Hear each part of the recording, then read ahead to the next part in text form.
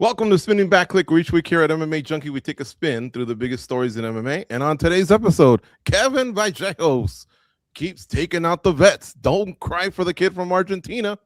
Did Jillian Robertson make a sufficient enough claim to get the next shot at Mackenzie Dern? Crazier things have happened. And UFC 328 on paper is a strong 8. Hello, everyone. Gorgeous George here on the con. And look at the distinguished panel we have for you today. Goes from MMA Junkie Radio here in Las Vegas. Danny Segura down in the 305. He's in Miami. Nolan Keene, the Boston shot caller. He checks in from Boston. Ken Hathaway's our producer. He'll be on the ones and twos. Please like the video. Get us off to a good start on the YouTube algorithm.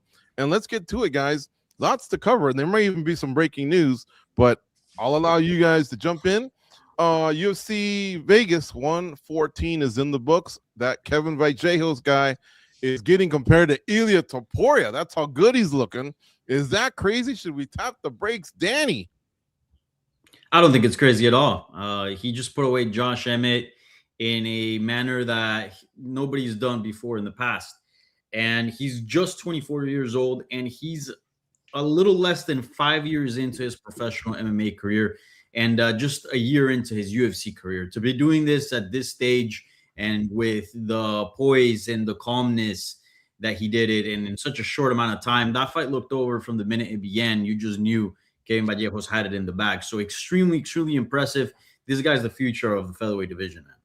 And of course, folks, I think what I mean and Danny means, or he can speak up for himself, is he's on that trajectory. I don't know that he's Ilya right now, but man, great word, poise, calm. This guy's making it look easy. Nolan, what was your reaction to Vallejos' win over Emmett? Yeah, I was blown away. I mean, he's come such a far distance in such a short amount of time, right? Only 24 years old, going out there and not just beating guys that have been ranked or are ranked, but also finishing them very quickly. And I know, granted, Josh is maybe towards the end of his career. We don't really even know what his future is, but to still go out there and to kind of do that to him is pretty remarkable. And I mean, there's no question now that he set himself up for a pretty big opportunity next. And I actually think the Ilya comparison isn't far-fetched either. I usually hate when a young up-and-comer's on the way up and you automatically draw comparisons to the champion. But I actually think in this case it is pretty accurate. I think they have the similar swagger about them. And I'll say with Kevin, it's kind of hard to even figure out what he's bad at this point, right? Like the sample size of what we've seen from him is so small. The only loss he had, he was 21. He fought on Contender Series against a guy named John Silva, who turned out to be pretty good, and he lost the decision. So I'm really high on him. I'm really excited to see where he goes because I don't even think he's hit his peak yet. But wherever he lands next for his next fight is going to have to be one that has pretty big implications for that division. I think he's really earned it. I definitely can't wait to see that rematch if and when it happens. Goes, how about you, man? What are your thoughts? I think that comparison is spot on. I mean, say what you will about Josh Emmett and where he's at in his career, he's still a dangerous out, and Vallejos looked incredible out there. And when you compare him to a guy like Ilia Topuria, one thing that stands out with Ilya's game is his patience, his timing, and the way he mixes his speed and power. This kid's got all of that. He's acting like a veteran right now, really early in his career, and his ability to just be one step ahead, his fight IQ, it's all on point, man. So the sky's the limit for this kid, and I think the future is going to be pretty bright. You know what's pretty bright and what stands out, Goes, is that yellow Cage Warriors glove. Man, those are rare. Those are a rare find. It's popping back there. I love it. All right, guys, listen, right before the show, literally right before we were launching, was there some breaking news out there, or is that under wraps, or what's the deal there going on with MVP? Yes, breaking news. Yeah, Andrea Sale from ESPN reported that Nate Diaz versus Mike Perry will take place on the Ronda Rousey versus Gina Carano Netflix card. So another pretty big name for an event that already has, 3 stars and amongst the 4 fighters that we knew about. Well, keep it going. What's your reaction, Nolan, on that fight? I mean, I think it's pretty good. I think from when we first started hearing about this event, Nate was tied to it in some capacity, and it was really a question about whether or not there was a fight that existed for him out there, right? Who could they give him? Did they want to do the Masvidal thing again, or is that kind of run its course? And they landed on Mike Perry, which I actually like a lot. I didn't necessarily think he was an option because of his, being with BKFC and whatnot, but very interesting. I mean, as far as what was available was out there, I actually don't think that you could think of a better option than this out of somebody that apparently is a free agent or is being loaned. What do you think, and Danny? I mean, Netflix is free. Like that card already has Ngannou and Rousey. I think the draw was there, so I think MVP is just flexing now. No. Yeah, it could end up being the most viewed card in MMA history. I mean, just look at those names: Ronda Rousey and Gina Carano. And not only that, but they've been doing one hell of a job in promoting this event. And we'll get into it later in the show with all the talk about UFC fighter pay that's been just blasting through the media. Now you add Nate Diaz to it, you add Mike Perry to it, and you got Francis Ngannou on it as well. And who knows what else they're gonna add in the process. This is gonna be a gigantic card. Excellent addition. I'm a little bit surprised, to be honest. I don't know if this will be co-main event or will serve as the fight before the co-main event, but I'm a little bit surprised that Nate Diaz is sort of cool with not being a main eventer. When's the last time he fought in a non-main event bout, right? So that's pretty interesting. But yeah, all in all, great moves by MVP. This is massive. Yeah, I'll just jump in and say that they did make it official just now too. All right, cool. Goes. How about you, man? What are your thoughts? I like it. I think it's the type of fight that this card needed. You know, we have big names, but I don't know that the matchups were really what was intriguing us as much as just seeing those names perform again. But this fight actually seems like it would be pretty interesting. Both of them, the one that's going to happen before the actual fight, the press conference, and the one that'll happen in the cage. Early lean goes? Oh, I think I'm going to go Nate Diaz on this one. Oh, yeah? All right. Yeah. Danny? Mike Perry. Tiebreakers, Nolan. Platinum Mike Perry gets it done. Oh, all right. East Coast coming at the West Coast goes. You got to do something about it later in the show. No. All right, there you have it, folks. Some breaking news, and that takes place. What is it? May 16th, I believe, is the date out in LA. Yeah, I mean, bravo MVP. Seriously, I don't know. So, guys, does anyone know like how many fights will there be? I guess, despite if the rest are not tomato cans, but just not the star power we've seen. Anybody know? Like, have they said anything?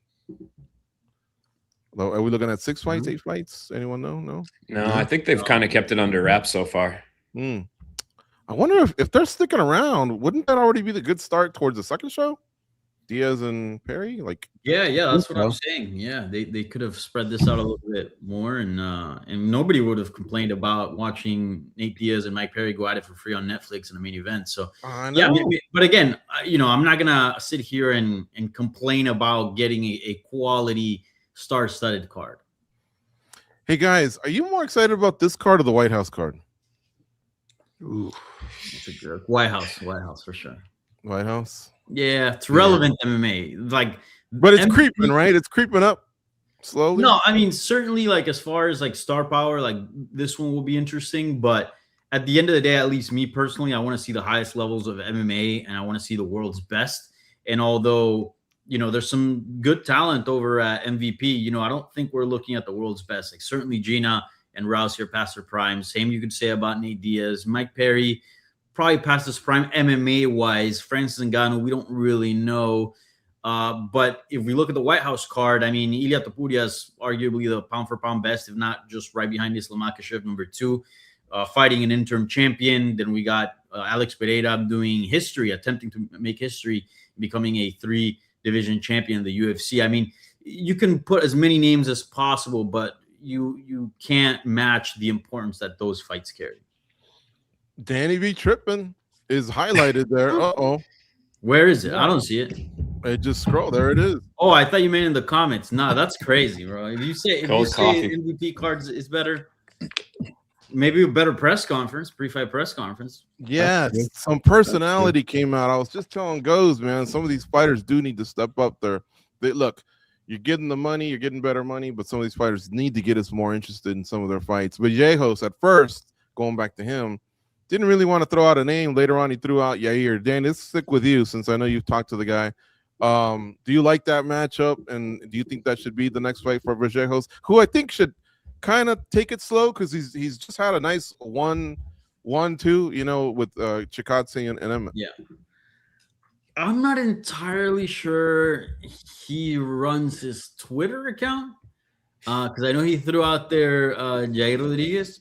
But when you see that, and then you talk to him, and he's down to fight Jair Rodriguez. He likes the fight, but he's not specifically calling him out. He's just saying yes because people present the name. But you also throw out there Aljamain Sterling, and he's like, yes, I'll fight him too.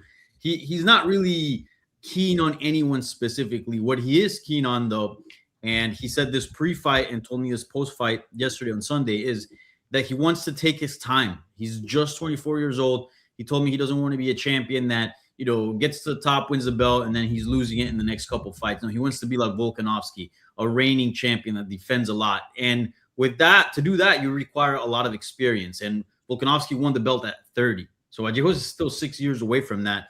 I don't think he has to wait exactly till 30, but I would like to see a slow build with this guy. Keep him among the top 15 for a little bit and have him develop his skills and have him put up like these type of performances. Like, we all love a good knockout.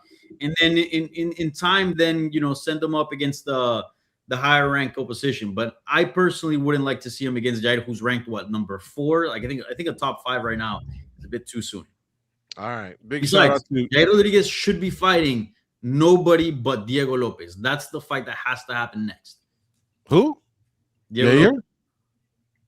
Yair and Diego? Yes. Okay, yeah. I like that one. I like that one. Okay. They got Big beat. shout out to Josh Hart, 8927 in the chat. He says, good morning, Junkie fam. Let's get the show started. Anshul Jubilee's gas station says, what up, y'all? Vallejos is a beast. Excuse me, the rest of Latin America says Vallejos. Danny, is it Vallejos or Vallejos? Yeah, that's a tough one. So by proper Spanish is Vallejos. Vallejos, But, huh? yes. Yeah. But Argentinians, they pronounce the Y and the double L, which sounds, they have the same pronunciation, the same sound. So instead of yo, like me, they say sho. Mhm. So Argentinians would say Kevin Vallejos, but it's technically wrong. So it's Vallejos in proper Spanish. All right. If you have a comment, leave it in the chat. Hey, this whole thing with McGregor firing Mike Perry, that was all obviously for show, I think.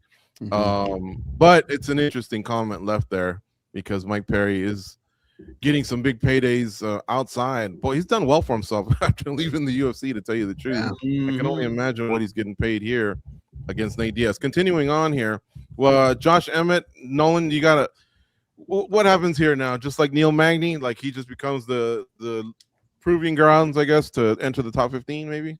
Yeah, I think that's kind of where he's at. And I mean, honestly, like he's a guy that he's always been a little bit older than, I don't want to say than his experience, but he was kind of older getting into the UFC, and now he's 41 in one of the most talent-rich divisions. So having hit hard times recently, being finished in back-to-back fights in the first round. Like, I'm not saying that he'll definitely hang them up, but I do think, unlike Neil, he perhaps has a shorter window unless he can really turn things around here. And he hasn't been like the most active fighter either. Not to say that he's been on hiatus, or something, but it just seems like we don't see him too often. And then now we've seen him twice in a row where he's got finished. So I don't know, man. He's in a weird spot. I think he's got a couple more left in him. So yeah, I think for now he'll be kind of a gatekeeper to the top, 12, 15, so to speak. Jillian Robertson won her 5th in a row ago. She defeated Amanda Lemos, and she needed every ounce of energy, man, in that 3rd round. I think that was the deciding round. She wants Mackenzie Dern. She's, like I say, 5-0 since return. Well, 5 in a row, since returning to strawweight.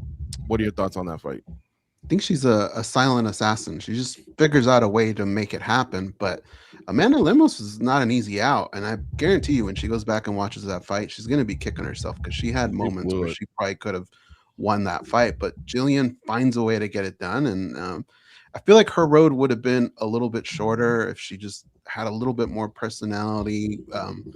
She's actually has a really good story, and she's fun to talk to. And I think this fight, it finally started to come out.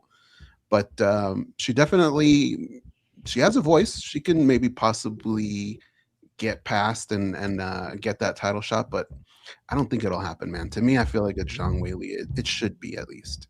Right, but crazier things have happened, Danny. We thought Nasruddin Imavov was all but set against Khamzat Chimaev, especially with Strickland not only winning, but he was causing a stir down in Houston. We thought, well, they shut down the mic. Maybe they're not too happy. Next thing you know, he gets the title shot. So what do you think, man? Does the UFC need to freshen things up with Robertson and then maybe build towards Dern and Zhang Weili, or do you go with Zhang Weili versus Dern now? I think you go with Jillian. She's on an incredible win streak. I do think the matchup with her and Mackenzie Dern is such a fun fight from a grappler's point of view. I think maybe the people that won the just bleed type war, you won't get that, but I think it'll be such a scrappy fight. Both fighters are extremely scrappy. So I think even then we'll get some good exchanges on the feed, crazy scrambles. I think it's a fun fight, and I think she deserves it. Look, do we really want Zhang Weili fighting for the belt again? She just lost to Valentina, coming off a loss. You want to put her in a title fight? I understand she's a former champion and she perhaps has the bigger name, but I personally did not enjoy Zhang Weili's reign as champion. I think they overpromised a lot of things that all of a sudden, the sport was going to blow up with her being champion and China's, but I've said this point before, we look at the numbers on MMA Junkie, and there's these random fighters, and I don't mean that as disrespectful, but fighters that perhaps are not that popular coming into the UFC, but they come from a specific country, and you see, a scrum that you wouldn't expect to get many views just explode because people from that country are watching and are interested. But that's never really been the case with Zhang Weili. Where are these 1 billion people or whatever they say? Where are they at? Because I haven't seen it. And to be honest, as a champion, she was very inactive, wasn't really good with the media. I don't know. I personally don't want to see her back in another title fight. Fight somebody else, win, then go fight the champion. But for now, I want to see Mackenzie Dern versus Jillian Robertson. Do you think either one of those girls can beat Zhang Weili? Probably not. I would have Weili as a favorite in either bout. But again, the name of the game is not, who can beat who, right? Or else you wouldn't make a lot of title fights. Upsets happen, right? I do think Jillian has put in the work, and I do think it's about time for Mackenzie Dern to schedule her next championship fight. So, but what would you tell Zhang Weili when she goes, "Why didn't I get it? I was one of the most you're coming off a loss." But I went up in weight, though. I went to prove something. You still lost. Here in my division, I've been a beast. Why do I have to wait? What do you tell her? I'm the UFC. I'm a monopoly. I can do whatever I want. That's actually a good answer. Nolan, you agree? No, I mean, I think we got to get Kenny to run the ticker again. I think Danny's tripping a little bit here. You have the rightful champion who gave up her belt to move up in weight. And I will say with the views thing, I believe Instagram and YouTube is not legal, or it's banned in China or something, right? They don't have that there. They use other social media. So I think that might be also contributing to why we haven't seen the numbers. Is it banned? Yeah, I don't know. That's a good question. We'll have to look into that.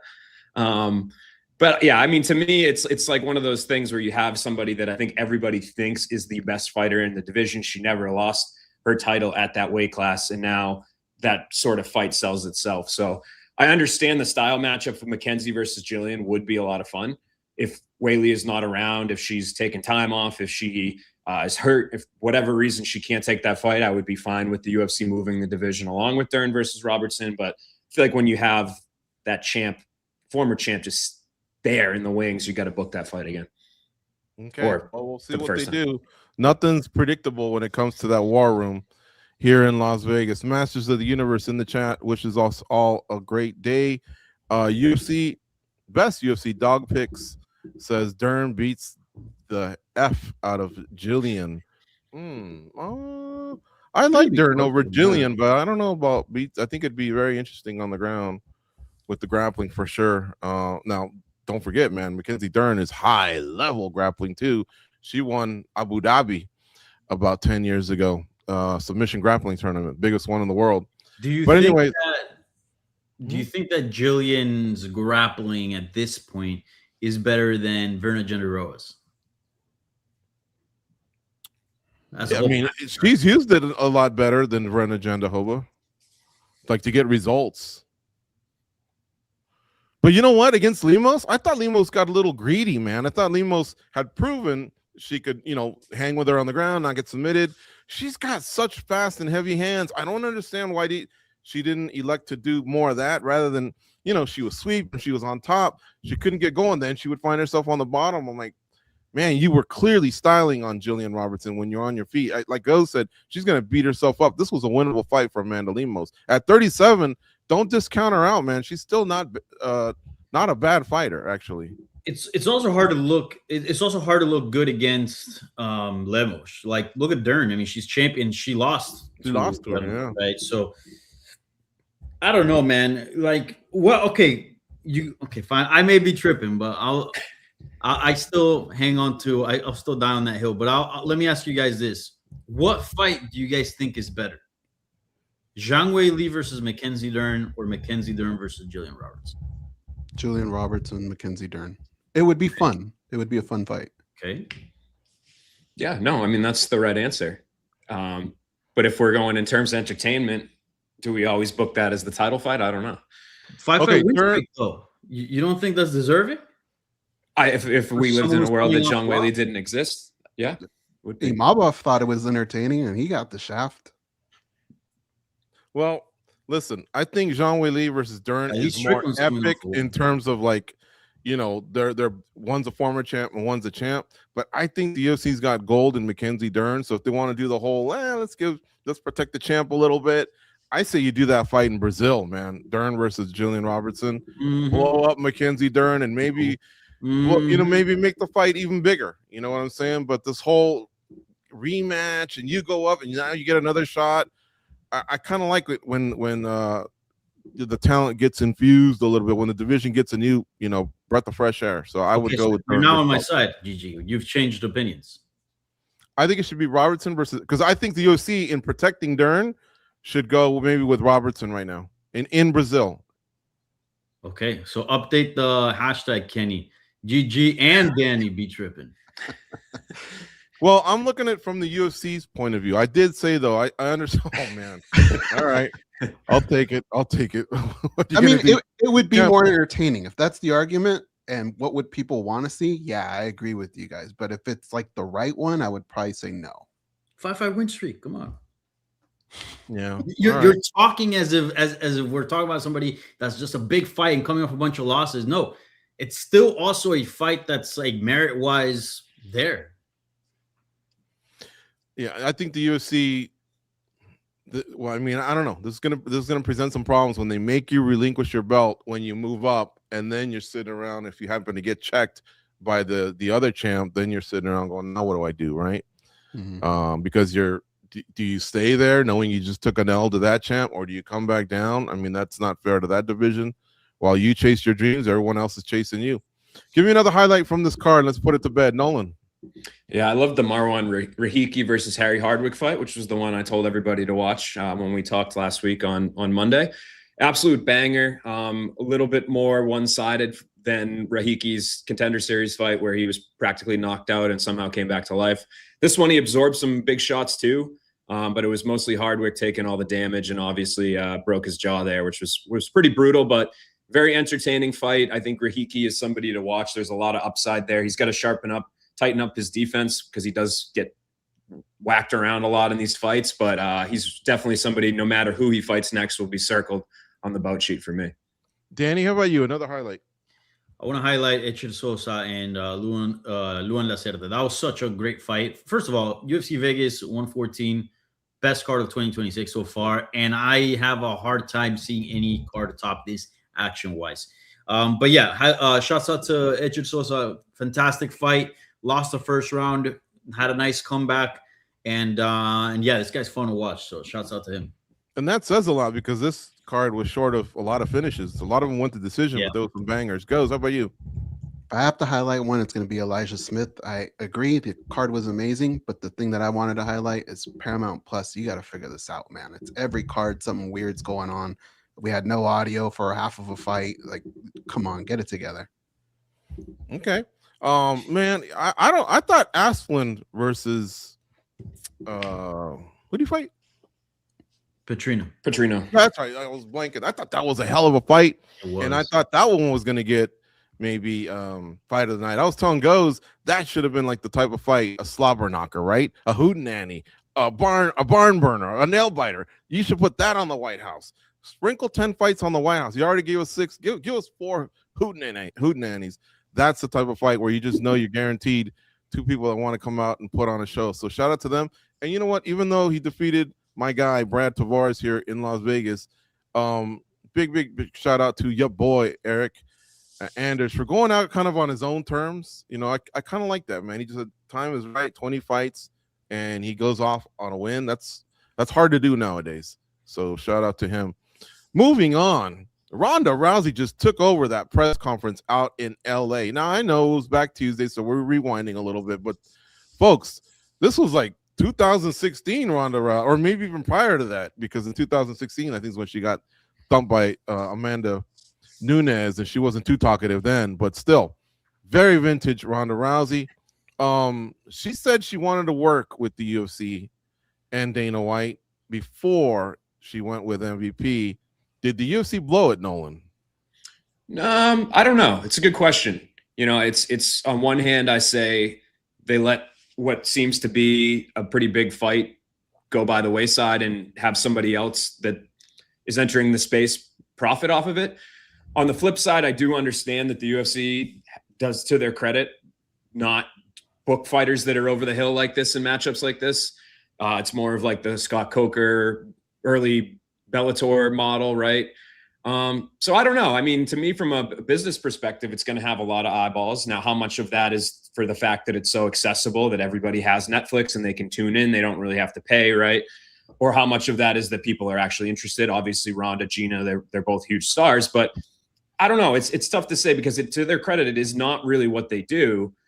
On the other hand, if they had it in their laps and they just let it, you know, go by the wayside, I could see the argument for it being that they screwed up a little bit. Well, aren't they saying, Nolan, that could have been what Dana White was alluding to in late 2024, that he's got something that's going to hit you out of nowhere in 2025? I don't know if you remember exactly when he said that, but he kind of did. And, you know, I don't think Ronda's just going to make all that up. So I think the UFC wanted something like that. They just didn't apparently want to pay out maybe what they wanted, what the two ladies wanted. Yeah, and I think that's a great question for Dana White that I don't think I've heard him asked yet, is like, why did this not happen, right? He's talked about it. He said he's happy for them. He's reacted to it. But I would be interested to hear from his perspective why it didn't. And it seems like Ronda's directing most of her anger not towards Dana. Like there's a little bit of choppiness that we haven't seen before, but she's more bringing up like TKO, and she mentioned Hunter. And so I think it would be interesting to know how much Dana had to do with it not happening, or how much he influenced. Obviously, he's super influential, and I'm sure he could have pushed it through if he really wanted to, but it would be interesting to know if there was some sort of split in the UFC as to whether or not they should put this on. You think they blew it, Danny? UFC? It's a tough one. This is a huge fight, but at the same time, like Nolan said, this is not the type of fights that the UFC puts on, right? Ronda's like, what, 39 or something like that? And Gina's like 41, 42, something like 43.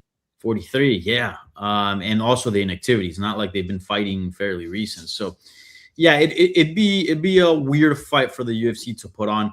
And also, you know, this is like top tier names, right? Like these are very, very well-known names. So I'm sure they wanted a lot of money. And I think TKO said, no, we're not willing to pay that much. Maybe they did at some point entertain the fight. As you mentioned, Dana White had that one weird tease. But I don't think they were willing to pay out what Ronda and Gina are currently getting paid in Netflix, whatever that may be. I don't think they want to set a precedent of paying, you know, $15 million, $10 million to fighters that are not, you know, fighting for a belt or championship level at this point in time. And I think that hurt Ronda, and that's why we see her lashing out the way that she's been lashing out. I think she's hurt that they didn't see value in her, and we know how crazy of a competitor she is. And part of this whole, you know, campaign to talk about UFC fighter pays is watch me generate all this money, watch me generate all these eyeballs. You guys fucked up, you guys made a mistake. But ultimately, knowing the UFC's practices, I think they're fine with their decision. All right, and Goes, how about you, man? She was also attacking fighter pay, but again, conveniently, when it really mattered, you don't speak up. But when now all of a sudden, you know, maybe things don't go your way, a lot of fighters, not just Ronda, they start chirping. Yeah, I mean, timing is everything, right? When you look at this fight, had it gone down earlier, maybe more people would be into it. Had she made those comments earlier, more people could have benefited from it. But when you look at Ronda and some of the places she's been before, like WWE, she kind of had bad things going out there too. So she just kind of does that, you know? I wish Dana would pick a lane too, because we didn't need to see CM Punk, but apparently he saw it as a business decision. He's also entertained Elon versus Zuck. You know, I don't know if he's clowning or if he's serious. It would be the biggest fight ever. But so sometimes when it's convenient, he leans into, man, it's business. We're here to make business. And then other times when it's too much money or it benefits someone else, you know, nope, we don't do those type of fights. It's so unpredictable and frustrating, to tell you the truth. Francis Ngannou, he was there as well. And our own Simon Simano asked him about legacy. Hey, Francis was very vocal. He said, my family, putting my kids through college, putting food on the table, a roof over their head, that's what matters the most. You know, legacy, caring what people think about you once, you know, you're in the history books, not so important. What do you think of all that, Nolan, and what Francis Ngannou had to say? Yeah, I mean, I think it was a great answer. And again, you know, not to toot Junkie's horn, but I think Simon did a really good job of answering that question too. And yeah, I mean, it's the name of the game, right? It's prize fighting. We've gone through this time and time before, and legacy's not going to, you know, pay for Francis Ngannou to have a house over a roof over his head, or to be able to build enough wealth for future generations. That's not going to help him. So I can't really fault him. I think the people saying that Francis lost this, that, or the other needs to go back and do the math on this whole thing. Just think about how much he got paid to do essentially a little bit of work, like a little bit of work compared to what his UFC schedule would be, right? And he still is finding ways outside the box to make money. I'm assuming he's probably making a lot of money for this fight, fighting somebody who was not necessarily on the radar for any sort of major fight, or was not even with the promotion. So to me, that seems like he's winning. What will the future hold for him beyond this fight? Who knows? But he's been able to find these opportunities. So I'm sure another one will arise as well. Do you agree, Goes? Legacy, money, can they go hand in hand? I thought they could. They can. I mean, the way his legacy's looked up, it's up to him and him only, right? The only thing I could say is you can't go back in time and fix things. If you look at a guy like Floyd Mayweather, perfect record, but how many times does he kind of get overlooked because of decisions he made? But he had a ton of money, right? Right now, Francis, I think, is winning. He's made a lot of money, and had he stayed with UFC, let's be honest, I mean, that was a big gamble. Had he lost, do you think he would have been in everybody's good graces? Like, they probably would have put him in jail for a while. He would not have made what he made now. So I think you can do both. I think there's a middle ground, but I think that middle ground probably would have cost him some money. So really it comes down to what's more important for him. And I think he kind of stated that.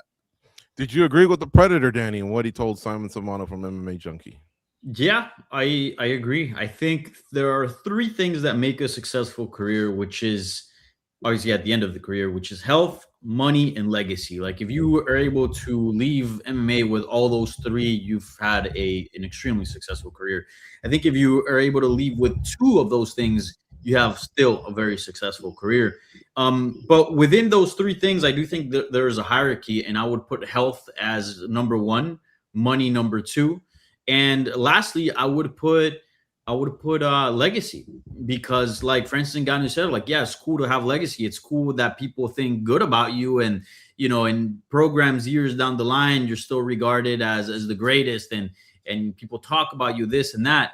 But what does legacy mean for a fighter himself outside of the fan base if your health is shit, right? If you're punch drunk, if you're not all there? Or what is legacy if you're broke as hell and, you know, you can't, you know, support your family and you have a regular job? Like, okay, cool that people think good about me, but, you know, what does that do to me in the real world? So I think Francis Ngannou is 100% on point with what 100%. Wow. Yeah. I have a different take, guys. I think, like, look at GSP and Anderson Silva. These guys are immortals in our sport. And they probably, at the end of the day, I don't know if they made as much as what Francis made between UFC and then the two bags that he's picked up in boxing.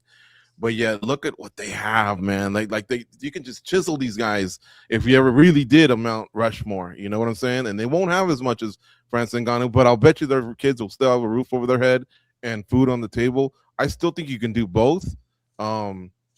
But yeah, I guess I just politely disagree on a little bit. I think you can do both. I don't think it's one or the other. But the sport when those guys were around is completely different than the sport that's here today. Back then, they fought the best fighters that were available. They climbed a ladder. Once they were at the top, they defended.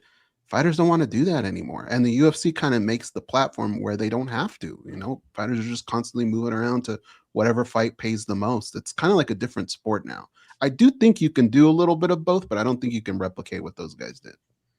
Look at John Jones. I mean, they are somewhat linked because one, they were supposed to fight, and two, they've been going back and forth on Twitter and whatnot, or at least more friends than got commenting on John Jones. But who looks happier in life? Mm-hmm. Sure, John Jones has the bigger legacy, but you tell me who looks happier in life with the decisions they've made right now in Ngannou. Sure, and that's largely because he stood up for himself and he said, "F the legacy." Like, sure, being UFC champion's nice, but I prefer my freedom and making money. And he left the UFC, and one of them is happy and can do almost whatever he wants, and the other, he's being talked about badly about his boss, and he can't do anything, and he's tied up for the promotion for the rest of his life. Yeah. All right. Well, good points all the way around. We have to move on. All right. Let's go on here. Let's go on to the latest news and fight bookings. UFC 328 is really coming together nicely. Chimaev versus Strickland. You feeling that, Nolan, or is part of you hurting for Nasruddin Imavov, who did take an L to Strickland, but then put together a fabulous streak after that? Yeah, it's tough, man. I see both sides of it. Obviously, you think Imavov kind of on a merit basis should have been the guy in here. I also understand from the UFC's point of view why they would want to book Chimaev versus Strickland, right? I mean, one of them I think will get a lot of eyeballs, a lot of attention. There'll be a lot of build. And then the other one would have been, two guys that, Chimaev, who's popular, but then Imavov, who's doesn't really have a huge fan base and is a newer name maybe to the casual fans, et cetera, et cetera. So merit-based, I would have gone with Imavov, but I also know that they don't do it that way. And I understand that the business side of it was probably supremely lopsided. So it's a tough position, right? Like, now does he sit around and wait? Does he have to fight again? I'm not really sure. But yeah, I think Imavov should have been in this slot, but I understand it's very clear why he's not. Early lean, Nolan King. Chimaev. I think he gets it done. I think we see a lot of heavy grappling, and I think what everybody's expecting to happen probably will. Mm-hmm. Isn't that what we thought, though, Danny, that some grappling could do Strickland in against Fluffy? Yeah, but Fluffy's not the same caliber of wrestler that Chimaev is. However, Fluffy does have cardio. I'll give him that. And Chimaev, he's been questioned in that sector in the past, although he did go full distance with Dricus du Plessis. I think this fight, look, I wouldn't be surprised if Strickland pulls off the upset here. He's done it before. But I do have Chimaev winning, but I'm very curious about this fight. I do think it'll be a lot closer than what people expect. And by the way, if he gets taken down, I hope he offers more than DDP. How about you guys? You're early lean. I'm kind of with Danny, like pretty much word for word what he said. There's something in the air that makes me feel like we talk about cardio. Sean Strickland's got a lot of that. He just finds ways. I think he could be really annoying, but my brain says Khamzat Chimaev. I think what will probably be there. Mm-hmm.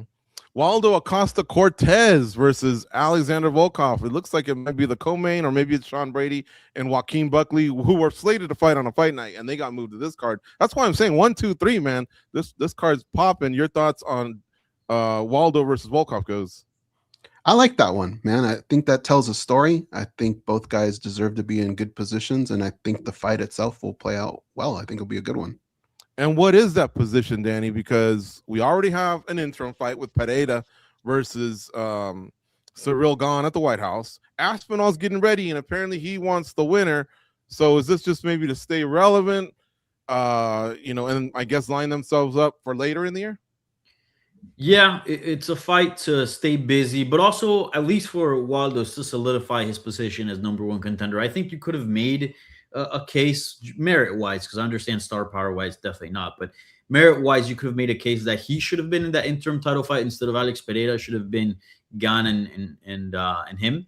But obviously, Poatan is a massive star, so he wasn't going to get it. But I also don't think that it was absolutely clear that he was the number one. But if he beats Volkov, I think there's no doubt about that. So if he beats Volkov, I think you have to give him a title shot, even if he has to wait a little bit. But a title shot should be next. So yeah, we'll see what happens with Tom Aspinall, because we still don't know what's going on with his eye. That might get prolonged even more. So I wouldn't even be surprised as well if we don't even get a unification bout, but we get an interim title defense like we did so many years ago with Renan Barão or even Tom Aspinall himself. Right. So yeah, let's wait and see. But certainly a huge fight, and I think is a #1 contender fight for Waldo. Nolan, share your thoughts on Sean Brady versus Joaquin Buckley. Both guys took some L's in 2025, but they're dusting themselves off, and they're on a big card here in New Jersey. Yeah, I love it. It's actually funny when that fight was announced for the Apex. I remember thinking, oh, this is like kind of a fight that's usually above what we get as an Apex main event. And sure enough, it gets pulled and is now put in front of a crowd. Love the matchup. I think it's super important for both guys. It's a good gauge, good style matchup. And it's a good supporting act. We talk about the importance of depth on these pay-per-views, particularly in 2026. So it's nice to have, like you just said, George, 3 very meaningful fights right on the top of this card. Vallejos versus Guskov also on the card. King Green versus Jeremy Stevens also on the card. I was thinking if Stevens is still around, man, I would have loved to see him and Connor at some point. But I guess Connor still has Nate Diaz. I thought at the time. Now Nate Diaz has Mike Perry. King Green versus Chandler. I thought that made more sense at the White House. I don't know why they're going with Hoofy versus Chandler. So, but they found these two, and they're bringing them together. I like that. And here's a few other fight nights. We'll just get one comment from each guy, and then we'll keep rolling. Sterling versus Alal goes fight night in Las Vegas, April 25th. You like it? It just seems like 2 guys that the UFC kind of has problems promoting, so they're just going to have one pick off the other. But I think the fight itself will be fun. Allen versus Costa. Arnold Allen versus Mezical Costa, May 16th, a fight night in I'm not sure. I think in Las Vegas. Nolan, you like that one? Yeah, I do. I think it's the right step up for Costa, who's red hot right now. MMA Junkie's breakthrough fighter of the year, I believe, last year. Just absolutely surging. And then for Arnold, I think he has the ability to kind of get his name out there again. And if he's the one to stop the hype train, I think he does build off of that and get himself in another big fight. Danny, is it okay if I ask you about Yadong? Sure. Yeah. Your thoughts on Yadong versus Figueiredo? Also highlighting a fight night.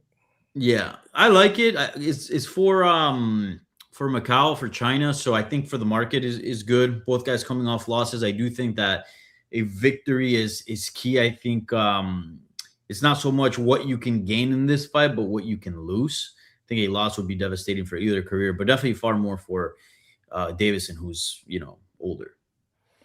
But I like Bilal Muhammad versus Gabriel Bonfim. That's the last one. So basically what the UFC said was, here are all your main events, and then here's UFC 328. A bunch of announcements that Dana White made late last week. Thoughts on that one goes. The former champ Bilal Muhammad against Gabriel Bonfim. I think it's a good matchup. I've gone back and forth on how I see that one playing out. And when you do all that math in your head, it usually translates to a good fight. So I think it'll be exciting. I'm not good at math. Help me out, Nolan. So who does that leave out? Michael Morales, Ian Gary, Kamaru Usman, and Islam Makhachev. What's going on with that foursome now that we know where Brady, Buckley, Bilal, and everyone else is situated? I don't know. But it's an interesting problem for the UFC to have, right? Who do they give Islam next? I still like the Michael Morales fight. I think it's really interesting. Now, will the UFC go with the name recognition, kind of get the last squeeze of juice out of Kamaru Usman as a draw? Like, quite possible. Who, to be fair, looked great against Buckley, by the way. 100%. Yeah. I just think this is like, he's probably got one more. This is it. This is the last time to try to get the title again. So I wouldn't be shocked if they go in that direction, thinking that the Morales fight can happen afterwards. But yeah, it seems like we don't really know. I think Ali has said something about there being a bigger fight for Islam. I forget the context, but yeah, I don't know. We'll see what happens. Did he say that implying that it could have been Topuria when Justin Gaethje was told that it wasn't going to be him? Was he alluding to that, or has he said that recently after the White House card? I think it might have been before, so that may have been what he was referencing. Yeah. And Ian Gary was supposedly setting up his camp, so a lot of people thought it might be him, but Michael Morales hasn't been booked. I'm confused, man. And again, we can't figure out what the UFC's game plan is to booking fights. They just kind of go whenever, whatever I guess is convenient to them. Yeah. If you held a gun to my head, I think it's probably going to be Gary, but I guess we'll see. Here's some other news. Rainier de Ritter's moving up to 205. Is that the right move, Goes? I don't know, man. His problems to me don't really seem to have anything to do with size. He just lacks a little bit of explosion in these fights. And sometimes they'll go his way, but when they don't, that plan B seems to be lacking. And I don't know that moving up in weight is going to fix that. Well, maybe the weight cut was diminishing him, you think? Or do you think he just doesn't really crack like other people do? He doesn't have pop like some of the other guys. I mean, this is from the get-go of the fight, right? Yeah, I guess you're right. The kicks are nice, but yeah, his punches, we'll see. I mean, he is about 6'3". We'll see if this works. Now's the time to try it because he's phased out of middleweight. Danny, let me ask you about Colby Covington. He's upset about not being on the White House card. Your thoughts there? I know Colby's a shtick. He's also a person. He does seem pretty disgruntled, but he started this whole thing, with Trump and the belt and MAGA and all these fighters that now have friendships with or a relationship with Donald Trump. Yeah, I said something in Twitter, something along the lines like, in a way, I kind of feel bad for Colby not getting the spot on the White House, and then I got torn to shreds by on Twitter. So you say something negative about maybe a right wing fighter, and you get destroyed. You say something positive, you get destroyed as well. So there's no happy medium. What was your point that you were trying to deliver on? I kind of feel bad for him in a way that he didn't really get a spot on the White House card. Again, I don't agree with 80%, 100% of the shit that Colby says.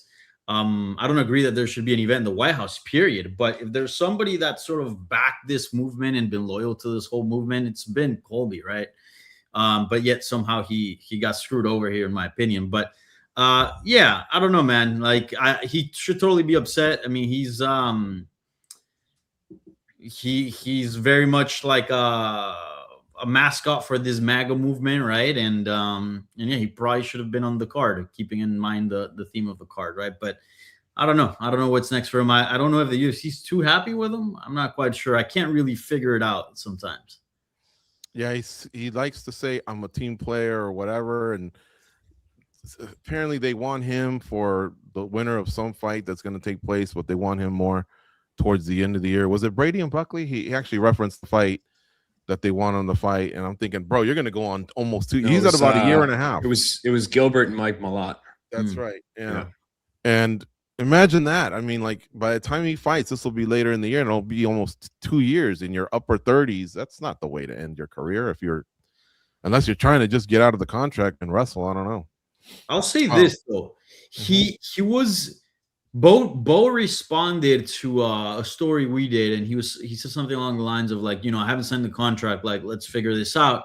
And then you get a video of Colby Covington asking Bo to drop to 170. We know that's not going to happen. And weren't you just talking about moving up to 185 like 2 months ago? Dude, you're in no position. Like, it's hard to feel bad for him too, because like you're in no position to like negotiate and call the shots. Here, there's a little bit of a window that opens up for you to be on the card. F it, I'll move up to 185 and fight. Colby, UFC. Here's some money for a Kyle fight on a later card fairly soon, so you don't waste your training camp. Let's make that fight happen. But yet he doesn't choose that route. So yeah, it kind of shot himself on the foot there too. So he responded to Bo when Bo said, I haven't signed the contract for Dawkins yet? Yeah, saying something like, I don't want to screw over Kyle, and also like drop to 170 and I'll fight you there. Like, I'm not moving up to 185. It's like, all right. It sounded like he would entertain a late notice 85 fight. I don't know if this is late notice, March 16th? No, that is proper time to get down to 170. Who knows? But yeah, if he really wants the White House card, that was his chance. Covington versus Dennis at RAF 7. That was in the news. It's taking place pretty soon on March 28th. Is that the right move by RAF Nolan King? Yeah, I mean, it's a good attention grab. Will the fight happen? Will the match happen? I don't know. I feel like we've been duped a time or two when it comes to Dillon Danis appearing on a random poster for anything. Yeah, I mean, they're doing all the right things. Again, they're getting big names. They're getting these weird matchups that we wouldn't see otherwise. And who knows? Maybe we'll have some more punches thrown. Is that one in Philadelphia, or is that the other one? Wherever that match is taking place. Okay, I'm not sure of the location, but there is one coming up in Philadelphia. I can't remember if that's Cejudo versus Merab or this one coming up. Actually, this one I think this is in Tampa. Yeah, it's in Tampa. The other one's in there. All right, boys, listen, I hope you had your Wheaties. I'm gonna ask you a tough question here. The world, you know what's happening in the world right now, and Joe Rogan had an interesting comment. He says it's crazy to do the White House card in the middle of a fucking war. That's his quote. Do you guys agree? All three of you. Will start with Goes.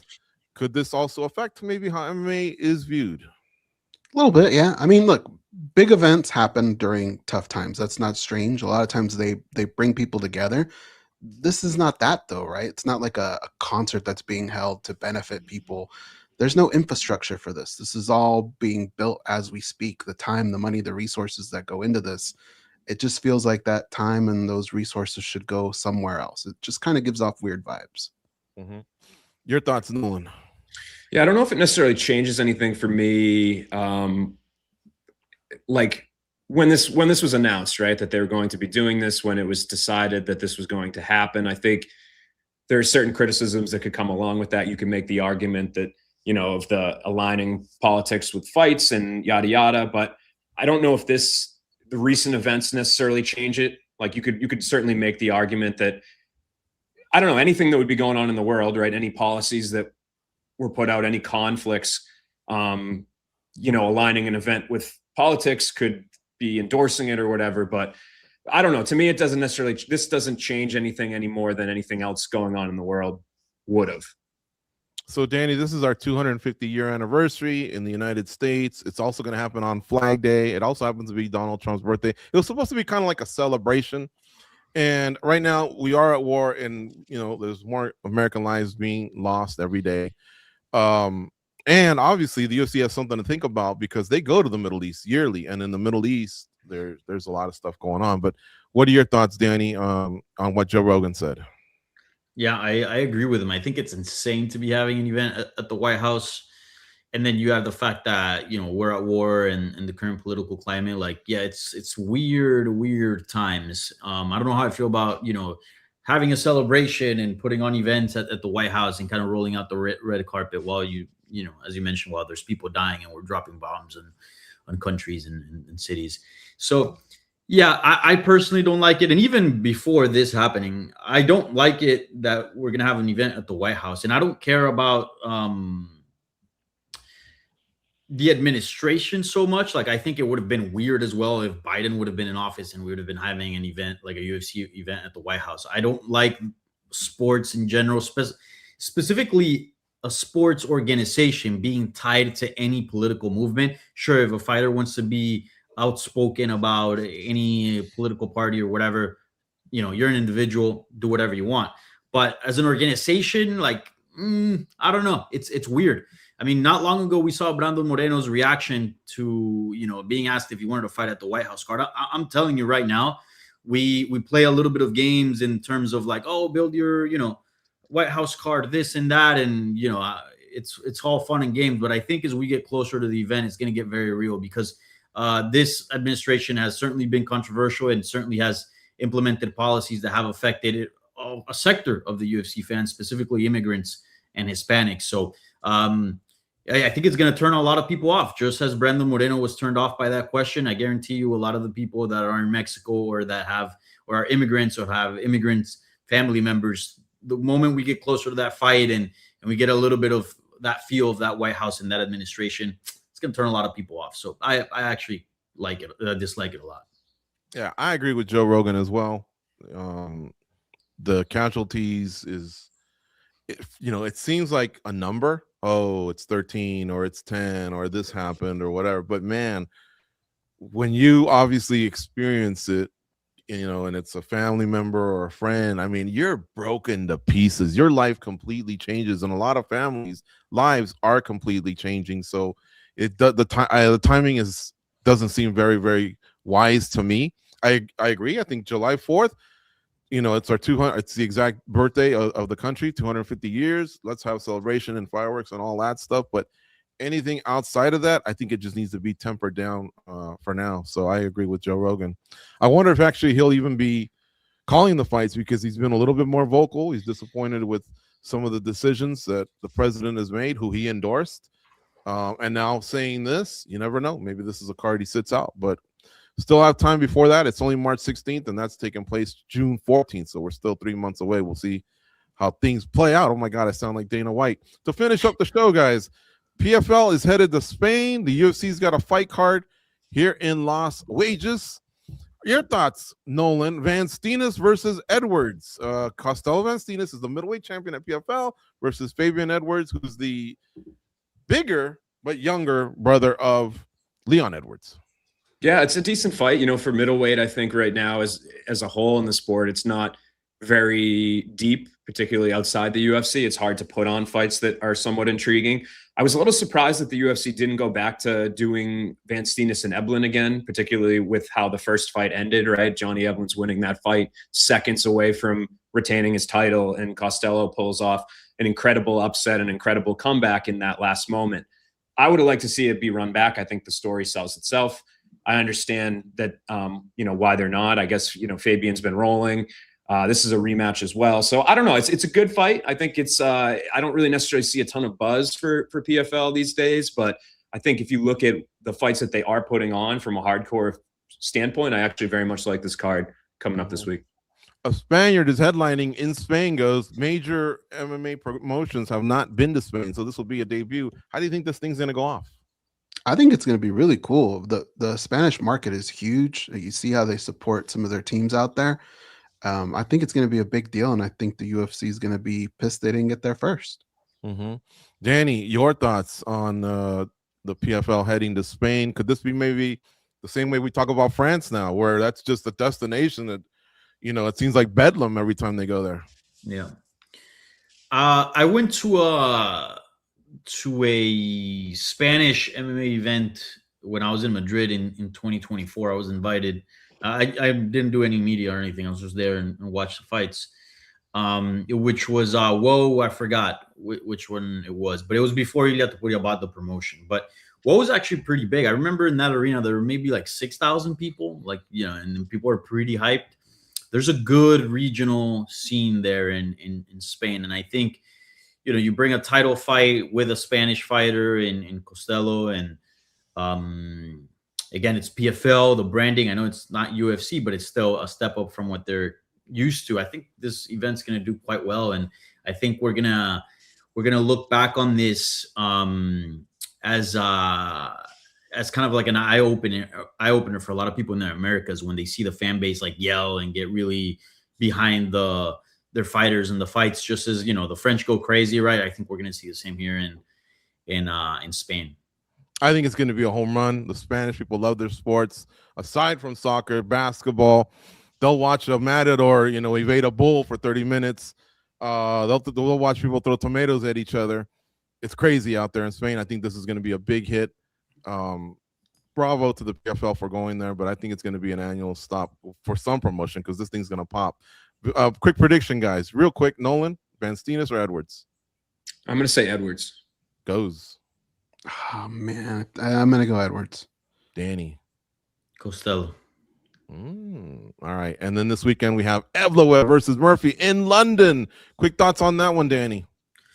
Great fight. I hope it determines the number one contender at 145 pounds. God damn, these guys have been fighting forever, both undefeated, and yet everyone's getting a title shot but them. And they're finally fighting each other in what should be a number one contender spot. So I just pray to God that the UFC does the right thing and it gives the winner here a title shot. I'm a little bit scared that they haven't labeled this a title eliminator because it's so obvious, the fact that they're not, maybe they're leaving some room for the winner not to get the shot if it ends up being boring or whatever. But look, the winner here has to get the shot. So we'll see what happens, but good fight. I think it's going to be entertaining. I think it's a very, very good fight, technically speaking, two very skilled fighters. I'm excited for this one. I'll go with, I'm leaning with, I said Murphy last time when it was first announced. I'm going to switch and go with Evloev. Nolan, who wins? I'm going to say Mobstar as well. And this is a clear number one in your eyes, right, Nolan? Yeah, it has to be. It has to be. Or the winner of Garcia and Lopez. No, I'm just kidding. And Goes, how about you? It's a sweep. I got Evloev as well. Evloev. All right. Yeah, I like Evloev in this one. He just has this recipe that this formula that hasn't been broken yet, but we'll see, man. Murphy might rise to the occasion. London's a pretty special pace. The arena is loud, whether the card's a 10 on paper or not. So I expect them to be a tough out for sure. And hey, remember, he skinned, man, Aaron Pico in the last one. So he proved that he can put some hands on you, elbows, whatever it takes, and maybe he ends the fight that way. That would be pretty big for sure. All right, folks, listen, thank you so much for tuning in.